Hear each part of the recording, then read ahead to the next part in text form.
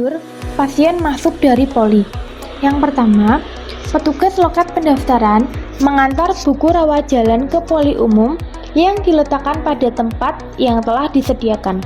Yang kedua, pasien kemudian kembali ke ruang tunggu poli umum untuk menunggu panggilan dari petugas poli umum.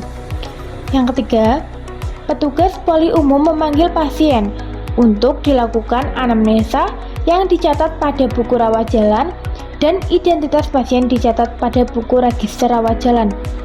Yang keempat, petugas mencuci tangan sebelum tindakan. Yang kelima, selanjutnya pasien dilakukan pemeriksaan sesuai dengan keluhan pasien dan hasilnya dicatat di buku rawat jalan. Yang keenam, berdasarkan hasil pemeriksaan awal, kemudian petugas poli umum melakukan pemeriksaan lanjut. Yang ketujuh, jika diperlukan tindakan medis, sebelum dilakukan, pasien harus menandatangani lembar persetujuan. Selanjutnya, yang kedelapan, diagnosa pasien berdasarkan ICD-X. Yang kesembilan, petugas poli umum memberikan resep kepada pasien untuk diambil di loket apotek. Yang kesepuluh, jika diperlukan konsulan ke unit lain, maka petugas poli umum memberikan lembar pengantar kepada pasien dan pasien selanjutnya menuju unit lain yang diperlukan tersebut. Yang ke-11, tindakan yang dilakukan dicatat dalam buku rawat jalan. Yang ke-12, untuk pasien umum, setelah mendapatkan tindakan pelayanan dan petugas poli umum, maka pasien membayar biaya pelayanan sesuai perda tarif di petugas poli umum. Yang ke-13, untuk pasien askes, jamkesmas atau jamkesda, biaya pelayanan ditanggung oleh askes, jamkesmas atau jamkesda. Pasien jamkesmas membubuhkan tanda tangan di tanda bukti pelayanan setelah mendapatkan tindakan pelayanan dari petugas poli umum. Yang ke-14, petugas poli umum memberikan bukti pembayaran kepada pasien berupa tanda bukti pembayaran pelayanan kesehatan dan dicatat pada buku bantu setoran tindakan dan disetorkan petugas restribusi secara harian apotik. Pasien kemudian dapat pulang. Prosedur pasien masuk dari UGD.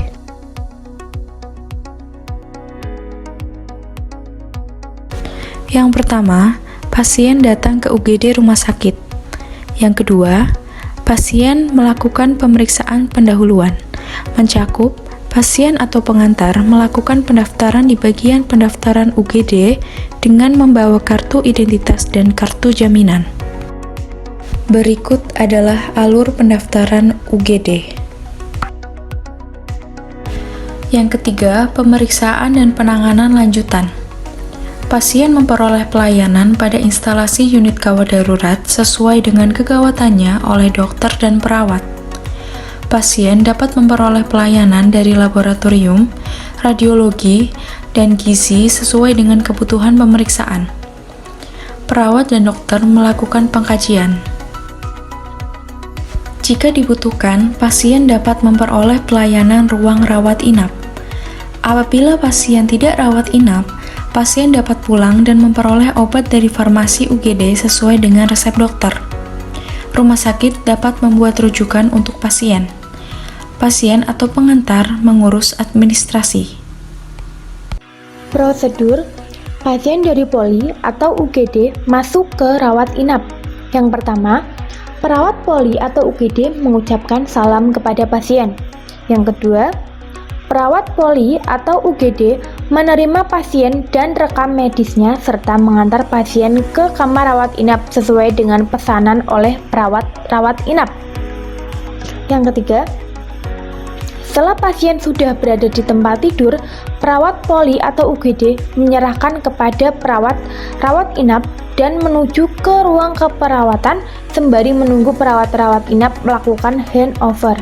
Yang keempat, perawat rawat inap menginformasikan fasilitas ruangan, cara penggunaannya, dan kebijakan jam besuk kepada pasien dan keluarga. Yang kelima, perawat rawat inap memberikan edukasi, terkait cuci tangan, manajemen nyeri, etika batuk, dan penggunaan alat medis. Yang selanjutnya, perawat-rawat inap melakukan pengkajian terkait kondisi umum pasien, riwayat penyakit sekarang dan terdahulu, dan obat-obatan yang rutin atau sedang dikonsumsi. Yang ketujuh, perawat-rawat inap melakukan handover dengan perawat poli atau UGD di ruangan lainnya. Yang kedelapan, perawat-rawat inap melakukan dokumentasi hasil pengkajian pada form assessment awal. Yang kesembilan, perawat-rawat inap melaporkan hasil pengkajian pada DPJP menggunakan teknik SPAR. Yang kesepuluh, perawat-rawat inap mendokumentasikan pada lembar catatan perkembangan pasien terintegrasi atau CPPT.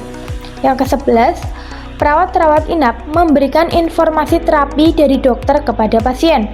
Yang ke-12, perawat-rawat inap memberikan informasi kepada pasien dan juga keluarga untuk menekan tombol nurse station jika ada yang dibutuhkan. Selanjutnya, perawat-rawat inap memberikan asuhan keperawatan kepada pasien dan terapi sesuai dengan advis dokter. Prosedur memulangkan pasien. Yang pertama, dokter menginformasikan kepada pasien bahwa pasien sudah boleh pulang.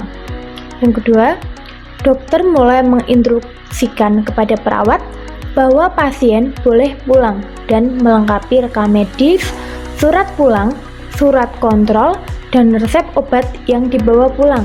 Yang ketiga, perawat melakukan pengecekan ulang mengenai tindakan-tindakan pelayanan yang telah dilakukan.